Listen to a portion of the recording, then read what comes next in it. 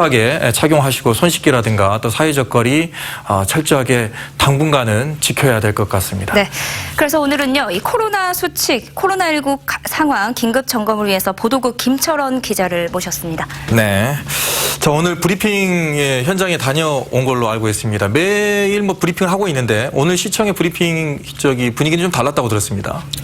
네. 코로나 확산세가 최근 워낙 가파르게 있다 보니까 기자들 그 관심만큼이나 기자들도 브리핑장을 가득 메웠었는데요. 입추의 여지가 없을 정도로 빽빽했던 기자회견장은 그런데 오늘은 한산했습니다. 한산했다기보다는 거의 사람들이 없었죠. 네. 기자들도 아무래도 그 코로나 최전선에 있는 취약한 네. 직업의 사람들이다 보니까 기자들도 사회적 거리 두기를 지켜가면서 방역 수칙을 지켜가면서 질의응답을 하자 이렇게 얘기가 모아져서요. 네.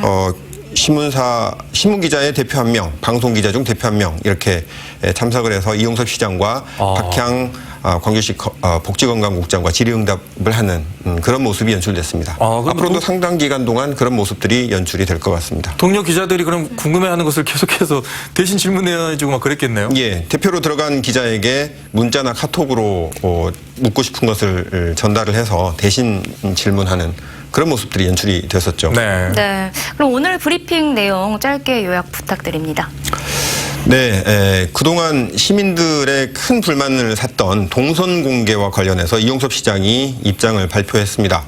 지난 코로나가 재확산하기 시작한 지 열흘째인데요. 지난 열흘 동안 확진자들의 동선 공개가 제대로 되지 않아서 불만들이 많다는 것을 알고 있다. 하지만 부정확한 정보가 공개됐을 때 부작용과 업체들이 입게 될 피해 이런 것들을 생각해서 조금 신중하게 접근해 왔었는데 시민들의 궁금증과 그리고 또 불만이 더욱 커지는 만큼 오늘부터는 시장이 직접 나서서 확진자들의 동선을 적극적으로 공개하겠다 이렇게 입장을 밝혔습니다. 네. 확진자가 거주하는 아파트의 실명까지도 밝히겠다 이렇게 얘기를 했는데요. 네. 더불어서 코로나가 재확산하기 시작한 지난달 27일 그러니까 열흘 전부터 오늘까지 발생한 확진자는 원래 오늘 1명이었는데 조금 전에 117번째 환자가 발생했다는 재난 문자 다들 받아보셨을 겁니다. 네. 2명이 추가가 돼서 지난 열흘 동안 모두 84명이 늘었습니다. 광주에서 코로나 확진자가 처음 발생한 게 지난 2월 초인데요. 5달 전이죠. 5달 동안 117명의 환자가 발생했는데 지난 열흘 동안에 그중에 71%인 84명의 확진자가 열흘 동안에 발생했다고 하면 최근에 광주의 코로나 확산세가 얼마나 가파른지 짐작하실 수가 있을 것 같습니다. 네. 네. 자, 코로나 감염원 지점이 절이라든가 요양원이라든가 있습니다만은 네. 금양 빌딩을 예의주시하고 있다고 들었습니다. 그런 이유가 있습니까? 네, 117명의 확진자를 몇 개의 그룹으로 나누어 볼 수가 있습니다. 광주 동구의 광륵사라든가 최근에 일곡중앙교회, 광주사랑교회와 같은 종교시설 그리고 한울요양원과 SKJ 병원 같은 요양시설이나 병원 그리고 가장 많은 확진자가 나온 게 광주 충장로에 있는 금양오피스텔인데요. 네. 금양오피스텔은 방문 판매 업소로 의심되는 입주한 사무실이 2개가 있습니다.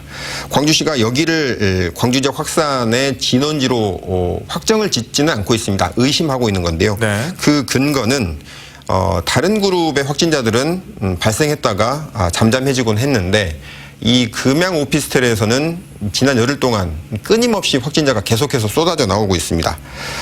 그게 첫 번째고요. 두 번째로는 그동안 그 감염 경로가 뚜렷하지 않았던 네. 그러니까 어느 그룹에도 속하지 않았던 미분류 환자들이 있었는데 네. 이게 한 하루 이틀, 사흘, 나흘 지나고 나면서 이분들의 동선을 확대해서 보니까 이분들이 결국 금양 오피스텔을 방문했다는 사실이 네. 계속 확인이 되고 있습니다. 우리가 그 감염표를 도표를 했었을 때 따로 분리되어 있는 물음표 감염자들이 그렇습니다. 있었어요. 근데 거기가 지금 금양 오피스텔을 거쳐갔다는 거잖아요. 여러 확진자들이 그런 경우를 맡고 있는데 한 가지만 대표적으로 소개를 해드리자면 37번째 확진자 이분 같은 경우에는 그동안 알려져 왔던 게 34번째 확진자와 두암 한방병원을 다녀왔다. 이게 유일한 연결고리였었는데 네. 그리고 그 충장로위를 다녀왔는데 어디를 다녀왔는지를 광주시 방역당국에 얘기를 하지 않았습니다. 그런데 광주시가 CCTV나 휴대전화 이런 내역들을 좀 더 확인을 해보니까 이 37번째 확진자도 금양 오피스텔 방문 판매업소를 네. 방문했던 사실이 확인이 됐습니다.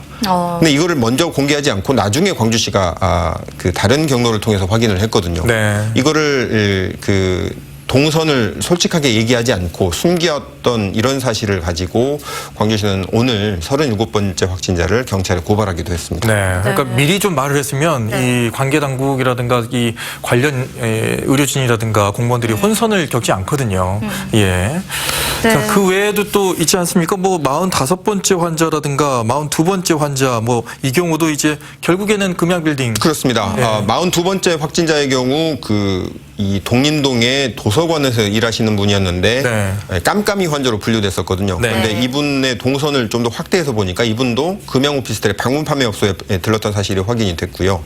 45번째 환자는 처음에는 광주 해피뷰 병원에서 치료를 받다가 증상이 발현돼가지고 병원에서 감염이 된 게 아닌가 해가지고 봤는데 다른 병원의 입소자들이나 환자들이나 종사자들은 없었거든요. 네. 근데 이분이 제주 여행을 그 전에 다녀왔단 말이죠. 그래서 네. 제주도에서 감염이 되어 왔나 했는데 제주도에서는 또 없고, 근데 제주도 여행을 다녀온 가족과 지인들은 감염이 됐어요. 근데 상당 기간 동안 45번째 확진자의 경우 어디에서 감염이 됐는지가 깜깜했었는데 이분도 알고 보니까 그 전에 금양 오피스텔 방문 판매 업소를 방문했던 사실이 확인됐습니다. 네. 이런 사례들이 더 있습니다. 이렇다 보니까 광주시가 금양 오피스텔 방문 판매 업소를 광주 지역 코로나 확산의 어떤 진원지로 의심하고 있습니다. 네. 네. 또 이 광주의 코로나19 확산세가 빠르다 보니까 방역 당국에서는 이 코로나19의 변종 가능성도 살펴보고 있다고 들었습니다. 이 부분에 대해서는 어느 정도 근거가 있는 이야기인가요? 네, 이 재생산 지수라고 하는 게 있습니다. 확진자 한 명이 몇 명을 감염시키는지를 수치화한 건데요. 재생산 지수가 1.5라고 하면 확진자 한 명이 1.5명을 감염시킨다는 얘기죠. 지금 현재 우리나라의 재생산 지수가 코로나 재생산 지수가 1.06입니다. 그런데 이제 호남 지역 광주겠죠. 광주 지역의 재생산 지수는 1.34로 전국에서 가장 높습니다. 네. 중앙방역대책본부가 호남 지역과 충청 지역을 이 감염 전파 위험이 높은 지역으로 분류하고 위험 지역으로 보고 있는 근거입니다. 또 오늘 중앙방역대책본부 발표에서 발표한 게요. 네. 우리나라 코로나 확진자들의 바이러스를 추출해서 검사를 해본 결과 네. 여러 가지 유형이 나왔는데 총 7개 그룹으로 분류를 했습니다. S, V, G, G에서도 GH, GR 여러 가지 그룹으로 분류를 했는데 우리나라 초기에 중국 우한에서 들어왔던 확진자가 S그룹이고 네. 대구 신천지를 중심으로 확산됐던 때가 V그룹으로 분류가 됐습니다. 네. 그런데 이제 최근 광주하고 대전에서 유행하고 있는 바이러스를 추출해서 봤더니 G그룹, 그중에서도 GR과 GH가 있는데 대전과 광주는 GH형으로 분류가 됐습니다. 현재 마찬가지로 부산에서 나오는 또 확진자들은 GR그룹이라고 하거든요. 네. 다 해외에서 유입이 됐는데 대전하고 광주는 같은 감염원이라 볼 수 있지만 네. 또 부산은 또 다른 거죠. 네네. 그런 식으로 분류할 수가 있을 것 같습니다. 예. 방역 당국이 현재 이제 금양 오피스텔 방문 판매 확진자 가운데 대전에 또 방문 판매 확진자들하고 접촉한 사람들이 있습니다. 네. 몇 사람 있는데 이분들의 만났던 시기 그리고 바이러스 유형 이런 것들을 분석을 하고 있는데요.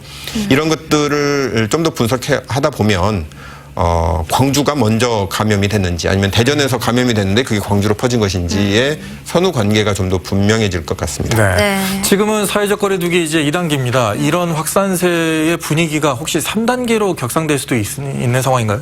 네, 어저께 이용섭 광주시장이 3단계로 격상할 수도 있다. 이 전파의 확산 속도가 빠르다 보면 3단계도 검토할 수 있다라고 얘기를 했는데 현재 광주 지역은 2단계죠. 전라남도도 2단계입니다. 2단계는 실내는 50인 이상, 실외는 100인 이상의 행사와 집회를 전면 금지하는 겁니다.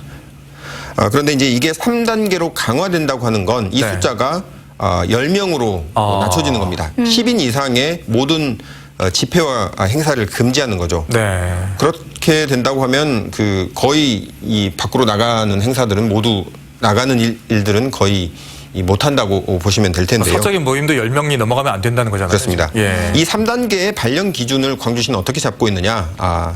이 확진자 발생 숫자가 두 자릿수, 그러니까 10명 이상 되는 날이 사흘 연속이 지속이 되면 네. 3단계로 격상할 수 있다.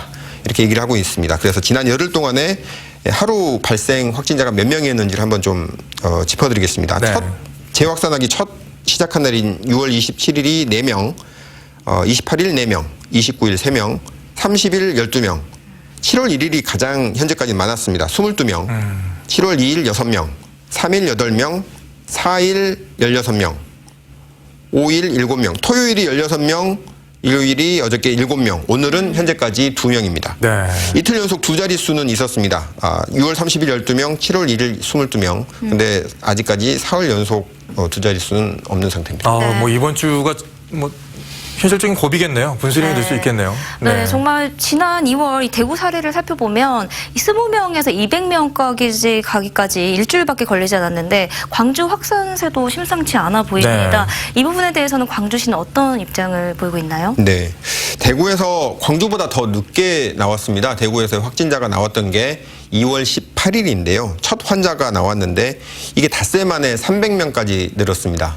그리고 열흘 동안에 1,012명까지 늘었습니다. 네. 대구에서는요. 신천지발이었죠. 네. 열흘 동안에 한 명에서 1,012명까지 늘었는데 다행이라고 봐야 될지 모르겠습니다만 광주에서는 지난 열흘 동안 한 명에서 지금 84명까지 늘었죠. 네. 같은 열흘 동안인데 대구에서는 1,000명이 늘었고 광주는 84명이니까 그나마 좀 네. 통제가 되는 것 아니냐 이렇게 볼 수도 있겠습니다만. 상황은 그렇게 보이네요. 네. 근데 이제 좀 광주가 대구보다 불리한 점은 대구는 신천지발이라는 그 감염원이 뚜렷한 하나의 감염원이라고 한다면 광주 같은 경우에는 아직까지 어디가 감염원인지가 정확하게 밝혀지지 않았습니다. 네. 여기저기 산발적으로 나타나고 있어서 마치 두더지 네. 이 잡기 게임이라는 얘기가 나올 정도로 불분명하다는 그런 약점이 있습니다.